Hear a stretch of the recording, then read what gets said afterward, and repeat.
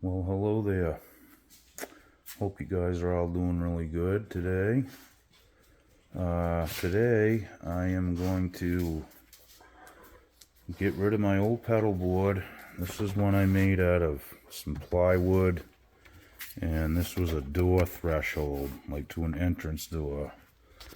It was spur of the moment, run of the mill, but it's been okay, but it's really heavy. So now, this is what I'm up to today. This is a piece of metal shelving. I had some from these cabinets, I had a bunch of extra shelves that came with them. So this is really light. I got a couple pieces of wood, one to stiffen it, the other ones are to tilt it, and I'm going to put some rubber pads on these so they won't, slide. So this one's a little smaller than the other one I just showed you, but I think it'll be okay. It's way lighter, like I said. This is aluminum.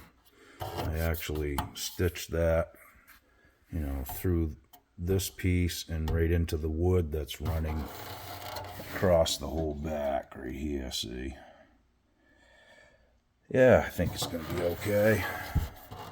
So, first order of business is to, I've got some pedals dug out here. There's a volume, I got my Qtron, there's an EQ, there's a new tuner. I'm going to try that one out. I got a T.c. that I use normally, but I'm going to see what this one's all about.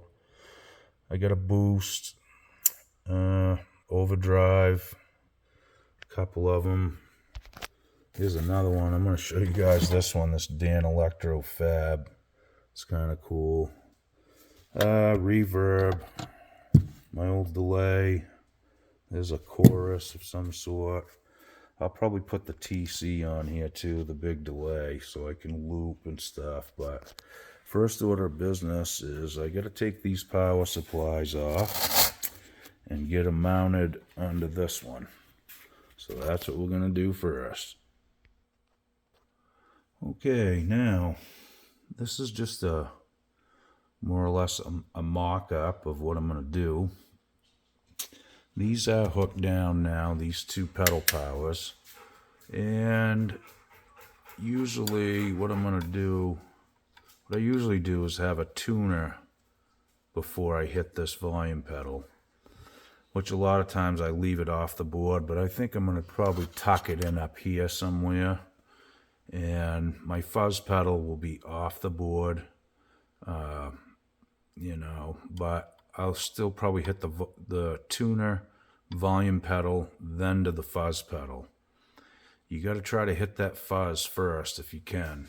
It makes a difference. You can try it different ways, obviously, but I like to do it that way. So then, as it comes through, we'll come out of the volume. We're going to hit this parametric EQ. And then I usually go to overdrive, excuse me. So we're going to hit this overdrive, and these are kind of backwards. What I'll probably end up doing is taking these and moving these down. This is an overdrive here. That is also an overdrive, and we got the glove. So I don't mind having the glove down here. What I might do is something similar to this right here. So again, we're going to come out of the volume. We're going to hit this EQ.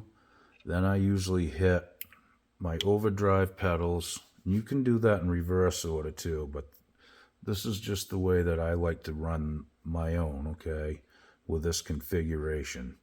So as we come out of the EQ, we're going to hit these overdrives, and then we'll hit some modulation. I may put a phase 90 on here too, like right there. This is a boost, and this is a chorus. Of course, the auto wire. And after we come out of that boost, we're going to hit this first delay pedal. Then we're going to come out of that delay pedal, hit this flashback 4, then to a reverb, then we're going to split to 2 amplifiers. So my next move is probably just to figure out what else I'm going to have on here for pedals, and start routing some cables here. Try to do a nice neat job if I can, and we'll go from there.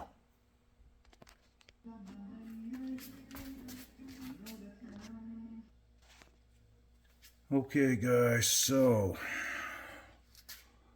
where we're at now, I got them all coupled together with cable. I still got to clean, some of the cable up and route it a little differently.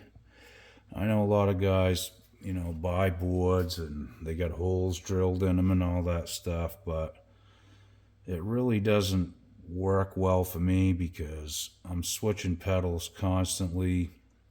So it's nice just, I'm not traveling with this. So this is good for the studio, and I got access to all the cabling right here. So like I said, so where we're at now, excuse me, we're coming in.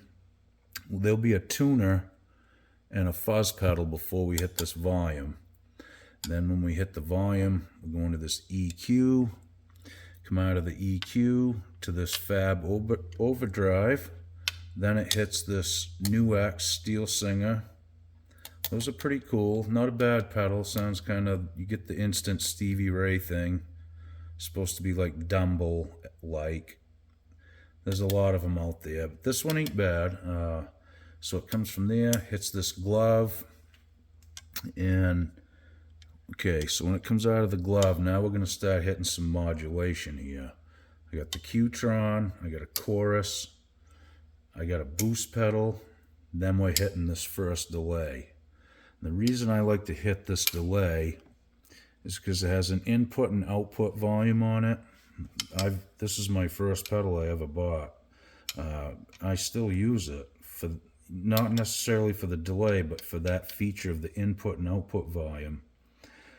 That way, if I want to dime these overdrives or the fuzz pedal, I can get it really loud, and when it hits this, I can turn it down, so when it hits the amps, it's not such a heavy, signal.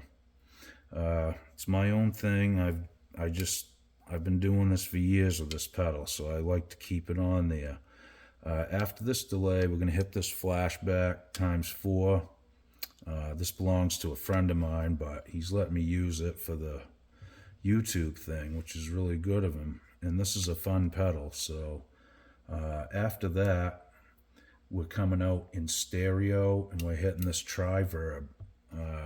My favorite reverb pedal of all time, by Yang. I don't know if he still makes them, but I've had this for, 15 years or so, maybe not, maybe longer. I'm not even sure.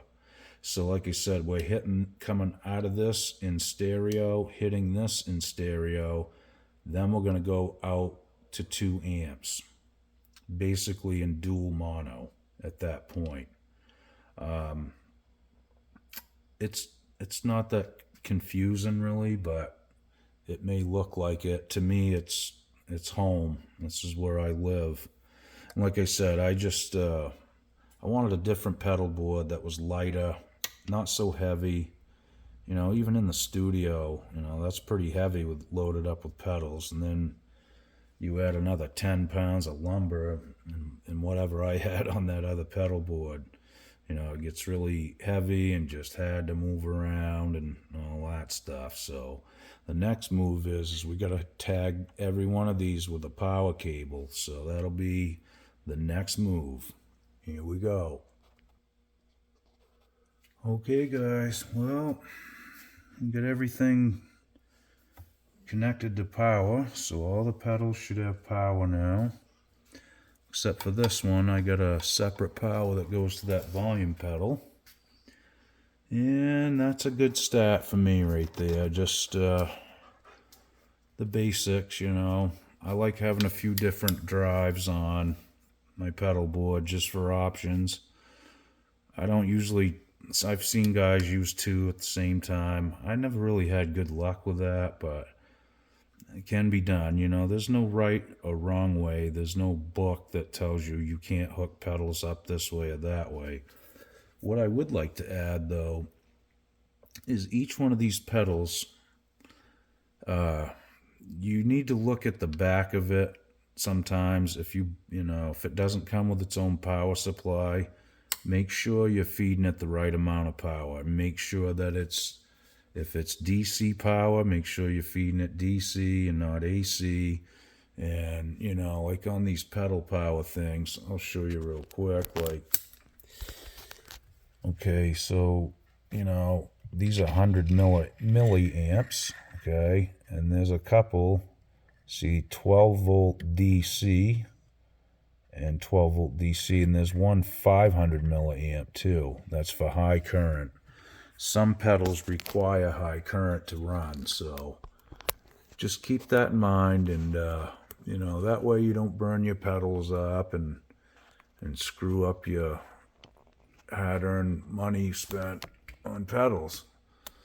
Well, I guess that's about all I can do for now, guys, and I'm gonna, other than take it to the studio and plug it in and see what it does, I guess that's gonna be a wrap for this one. Thanks for checking it out. If you have any questions, about chaining pedals, I try to describe how I do it. Not that that's the right way or the wrong way. It's just my way. It works for me, and believe me, I have hooked pedals in every combination known to man. Takes a long time, a lot of trial and error, but this seems to be where I live right now as far as pedals and how I hook them up. Well, I hope this helps, guys, and we'll see you very soon. Take care. Okie doke.